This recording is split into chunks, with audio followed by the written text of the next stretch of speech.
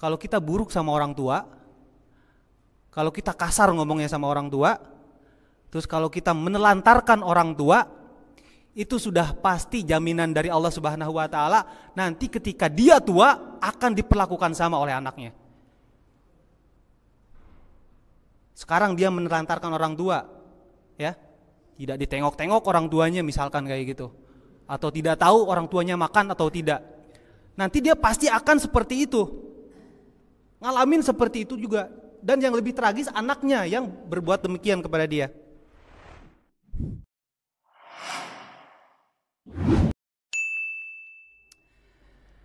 Dolim yang paling besar itu apa? Kedoliman yang paling besar itu apa? Kedoliman yang paling besar itu apa, Pak? Membunuh? Apa zina? Apa mencuri? Apa korupsi?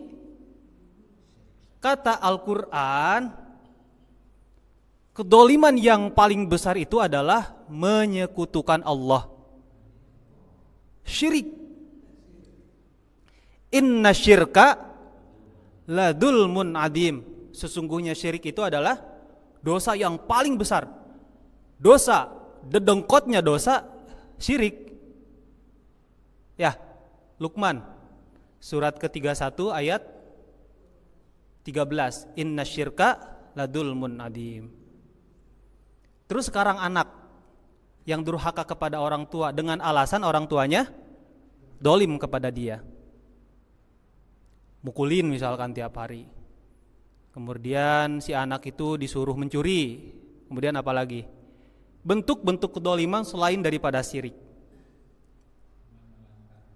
Menelantarkan anak, dolimkan sama anak. Apakah boleh dengan kondisi seperti itu anak durhaka kepada orang tua? Tetap tidak boleh. Apapun perilaku orang tua kepada anak tersebut, jangan dijadikan alasan untuk anak bisa durhaka kepada orang tua. Tetap dosa besar untuk anak yang durhaka kepada orang tua, meskipun orang tuanya dolim.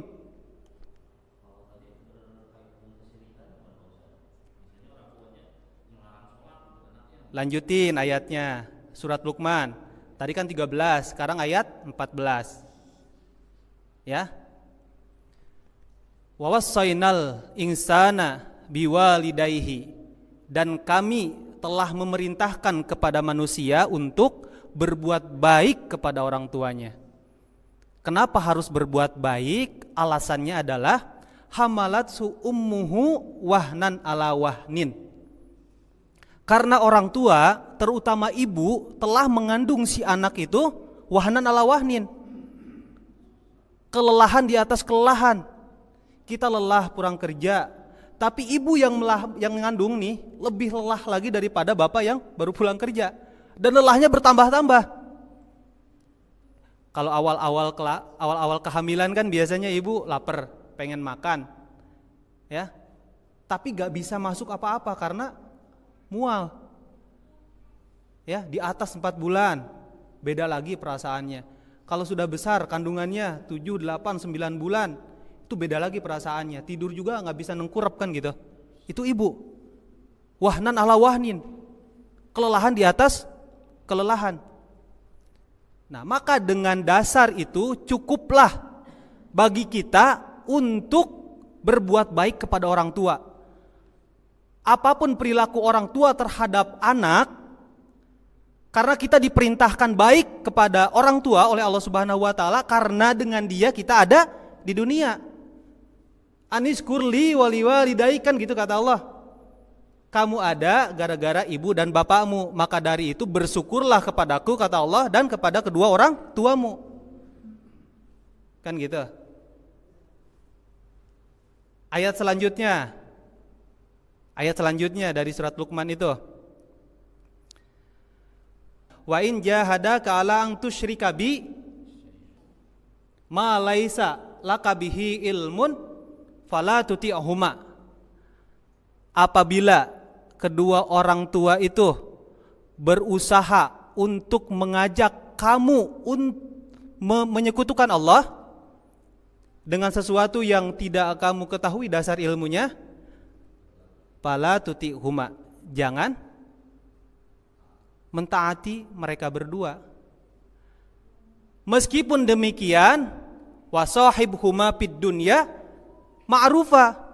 Meskipun demikian, si orang tua tersebut menyuruh kita untuk musyrik, jangan sampai kita beralasan untuk durhaka kepada mereka, karena kemusyrikan itu dolim di atas dolim, kan gitu. Mereka nyuruh kita musyrik aja, kita harus berbuat baik kepada mereka. Wasahibhuma fid dunya ma'rufa. Dan perlakukanlah mereka di dunia dengan baik. Kan konsepnya gitu dalam Al-Quran. Ya, mereka nyuruh musyrik aja, kita tidak boleh mendurhakai orang tua. Apalagi orang tua melakukan kedoliman yang lain. Nah itu. Jadi pertanyaan ini kita bantah, tidak boleh anak mendurhakai orang tua. Meskipun si anak itu merasakan bahwa orang tuanya telah mendoliminya. Kalau dia sampai durhaka kepada orang tua, tetap si anak tersebut mendapatkan dosa besar. Kan gitu. Ya. Nah itu, dalam masalah durhaka kepada orang tua. Bapak yang dimuliakan oleh Allah Subhanahu wa taala, kita semua di sini pasti punya orang tua, kan? Sudah pasti, sudah barang tentu kita punya orang tua, kan? Terus sebagian besar kita punya anak, ya kan? Kata Al-Qur'an, wa qadha rabbuka alla ta'budu illa iyyahu wa bil walidaini ihsana. Allah Subhanahu wa taala memerintahkan, wa qadha rabbuka, Rabb kamu telah memerintahkan kepada kalian semua supaya jangan menyembah kecuali hanya kepada Allah. Wabil walidaini, dan kepada orang tua ihsana, berbuat baiklah. Jadi ihsanan di sini, kalau saya berbuat baik kepada anak, harus lebih baik kepada ibu dan bapak. Kalau saya baik sama tetangga, harus lebih berbuat baik kepada ibu bapak. Kalau saya baik sama teman, berarti ibu bapak harus saya perlakukan dengan lebih baik. Nah itu ihsana. Jadi kalau kita berbuat baik kepada sesama, kepada orang tua harus lebih daripada itu. Itu ihsana. Kan gitu. Nah, adapun terhadap anak, ya kita harus bertanggung jawab. Kalau kita posisinya sebagai seseorang anak, dan kita posisi sebagai orang tua, ke orang tua ihsan, ke anak ma'ruf. Dan nanti balasannya dari Allah Subhanahu wa taala, apabila kita sudah tua, kita akan diperlakukan sama seperti halnya kita melakukan perbuatan baik kepada orang tua sekarang ini. Itu balasannya pasti. Kalau kita ihsan kepada orang tua sekarang, saya punya orang tua nih, saya berlaku ihsan kepada mereka. Tentu nanti kalau saya sudah tua, saya akan diperlakukan sama oleh anak. Dan anak kita pun nanti akan berlaku sama kepada anaknya, karena meniru gaya kita mendidik anak, kan gitu. Hal jazaul ihsani illal ihsan. Tidak ada balasan kebaikan kecuali kebaikan. Kan konsep hidup kita kan gitu. Kalau kita baik, diperlakukan baik kepada sama orang lain. Kalau kita baik sama orang tua, sudah barang tentu kita akan diperlakukan baik sama anak kita nanti.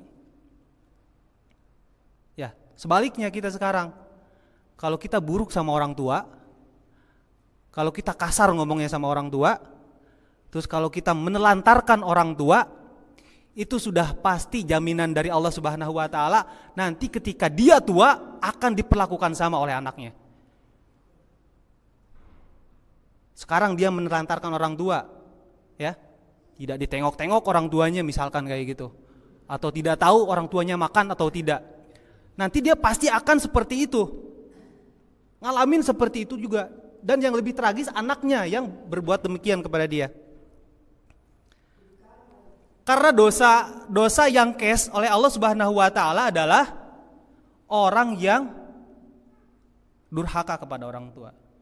Kalau dia durhaka kepada orang tua, pasti anaknya akan durhaka kepada dia. Itu sudah pasti. Meskipun dia ke anaknya baik, ngedidiknya baik, tapi ke orang tua jelek.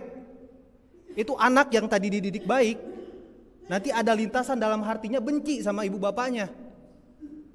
Karena ibu bapaknya tidak berbuat baik kepada orang tuanya. Itu sudah pasti kayak gitu, Pak. Hati-hati itu.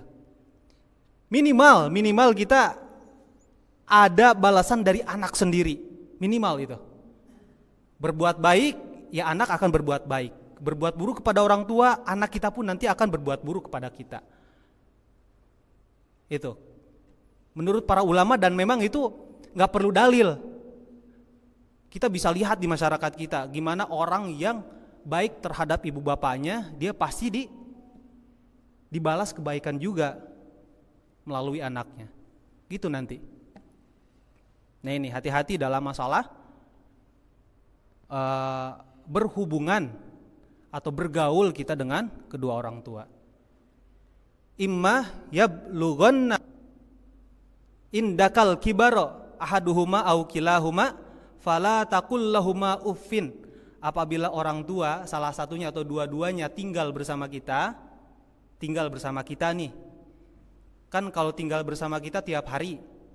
Kalau tiap hari kan kadang-kadang adalah rasa emosi kita sama orang tua gitu. Jangan sampai ada keluar kata-kata ah. Menurut ulama, kata ah itu, uffin itu ah, itu adalah kata kasar yang paling rendah yang biasa kita gunakan untuk berbincang sama teman-teman gitu. Nah, untuk orang tua yang sudah tua nih, sudah tua renta, jangan sampai ada keluar kata-kata seperti itu. Ah aja nggak boleh gitu kan? Apalagi menghardik dia. Wala tanharhuma, jangan sampai menghardik dia. Karena apa? Karena bentakan anak kepada ibunya itu katanya lebih sakit daripada ketika ibunya melahirkan dia. Kita ngebentak ibu nih yang jangan sudah tua ya, misalkan ibu saya sekarang masih muda, saya ngebentak dia nggak sengaja.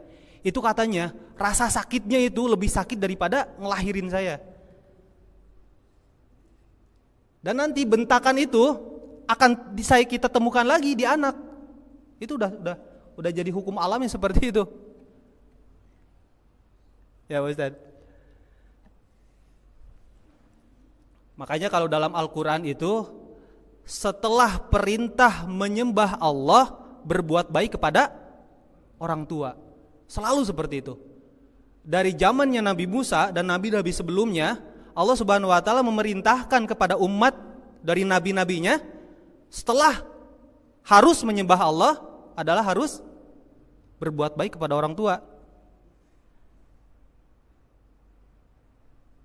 Ya, berbuat kebaikan kepada orang tua itu adalah prioritas kedua setelah kita jangan menyekutukan Allah. Nah itu. Jadi yang masih ada orang tua sekarang, marilah kita ya minimal tidak menyakitinya gitu kan, dengan kata-kata minimal gitu. Kalau memang tidak bisa membahagiakan mereka. Kalaupun memang orang tua sudah tidak ada, banyak-banyak beristighfar untuk mereka. Rabbighfirli wali walidayya warhamhuma kama rabbayani shaghira. Rabbighfirli wali walidayya warhamhuma kama rabbayani shaghira. Kalau bisa itu jadikan zikir kita.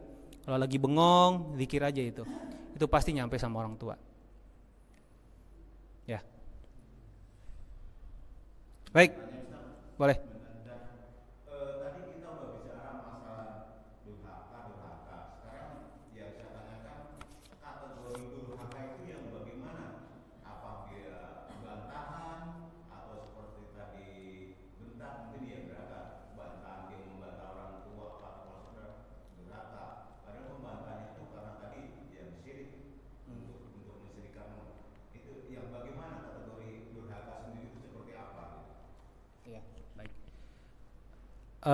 bagaimana seseorang bahwa dia sudah dikatakan durhaka kepada kedua orang tuanya.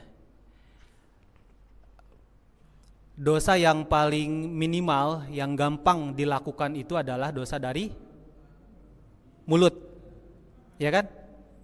Yang paling mudah dosa dilakukan seseorang itu adalah dosa mulut, ya, mulut dan tangan.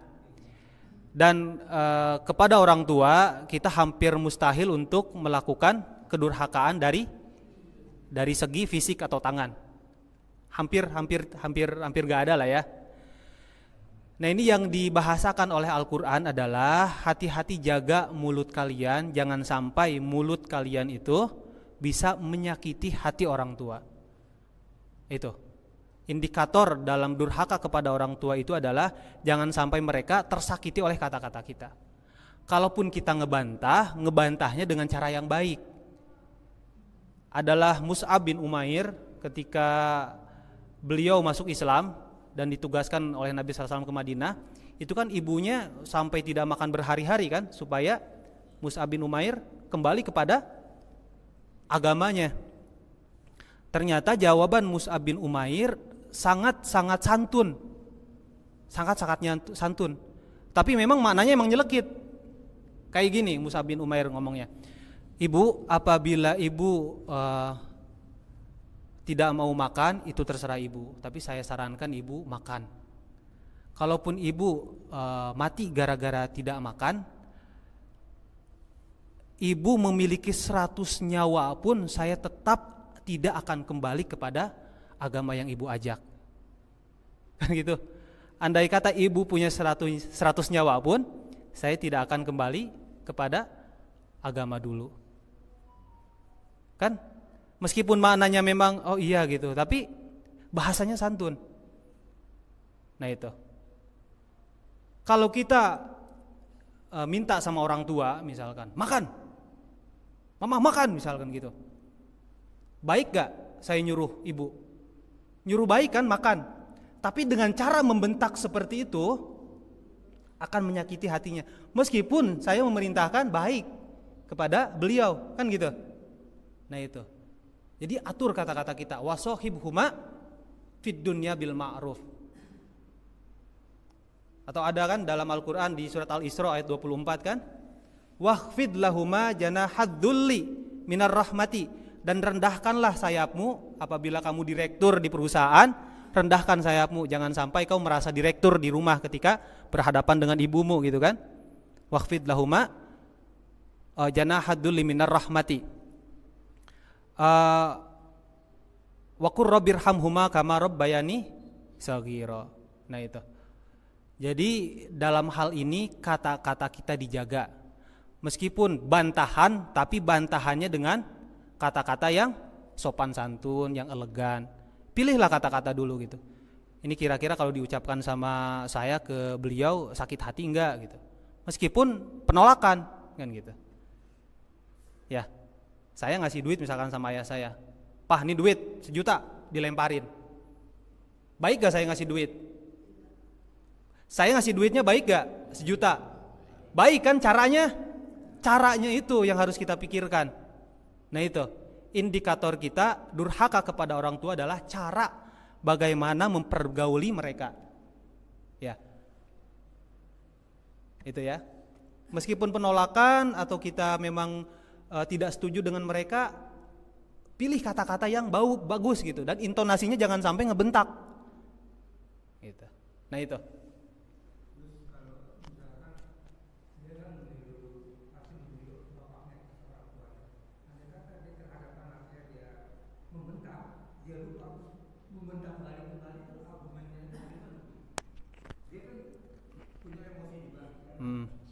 Betul. Betul. Kontak lagi. Ya. Kalau bisa sadar seketika itu juga dan minta maaf. Ya. Ngebentak, emang orang tuanya dalam posisi salah, ngebentak anaknya gitu. Anaknya balik lagi gemetak karena posisinya dia betul. sadari, minta maaf, mohon maaf Bapak saya ngebentak barusan, tapi tetap saya tidak setuju dengan pendapat Bapak karena alasannya ini. Gitu. Cepat sadari saat itu juga. Kan gitu. Ya kan anak sekarang ngebentak dan iya, nggak mau dikatakan salah, kan gitu. Iya, niru bapaknya. Nah itu makanya posisi kita kalau jadi anak ya kita harus baik sama orang tua. Kalau kita jadi ayah ya kita harus baik kepada anak. Dan nanti balasannya kita dibaikin sama anak kita juga. Dan anak kita nanti mendidik anaknya akan baik juga karena niru kita yang baik, kan gitu. Ya. Hal jazaul ihsani illal ihsan. Bukankah balasan kebaikan itu adalah kebaikan juga? Kan gitu konsepnya.